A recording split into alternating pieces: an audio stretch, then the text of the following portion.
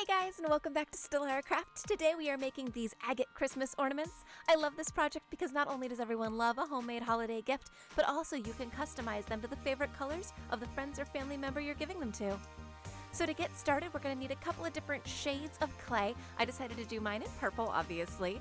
And to get the different shades of purple, I just took my darkest color, added some white, and then blended it in until I got the shades that I wanted. Now go ahead and start rolling out your different colors into thin snakes like you see here. One of the fun things about this project is that the more bumpy and homemade it looks, the better. So don't worry about getting your snakes too even, just roll everything out to a rough shape. Next thing you want to do is start cutting your snakes into thirds, and then start flattening out and stacking each piece on top of each other. What order you do them in is totally up to you. I started by going from light to dark and then kind of just started alternating within the middle.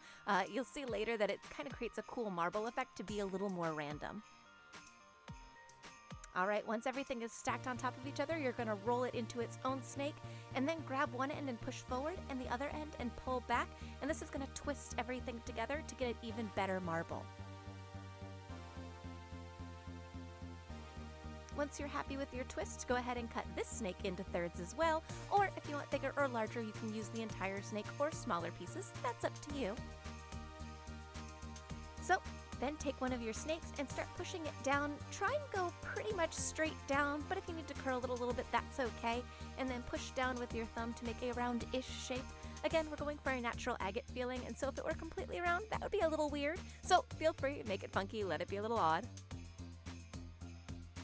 And then use your rolling tool to start rolling it out flat. If you don't have a rolling tool, you could take your rolling pin from the kitchen and then just make sure you cover it in saran wrap or foil or something so that it doesn't get the clay on your food surface.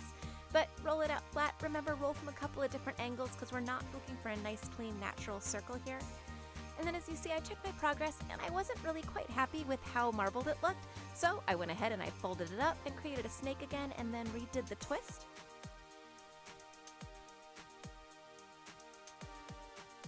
And then I went ahead and pushed it back down again, and this is going to kind of redouble the marbling efforts. And then I went ahead and rolled it out again. Now this time I really liked the way the marbling came out, so I decided to stick with it. But if you still didn't think it was quite enough, then you can go ahead and you can remix it as many times as you want. Just be careful that you don't get a flat color.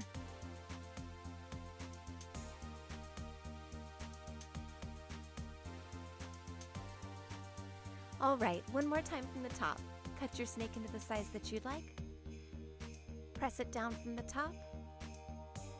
And then use your fingers to stretch it into a more natural shape. Use your rolling pin and roll it flat. And then when you're happy with the shape that you have, you can go ahead and cut a circle around the middle. Again, something a little bit more rough and not perfect is best.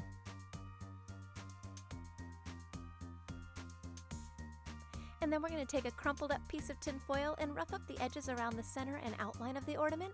This is going to give it a more natural feel. And it should look kind of like this at this point.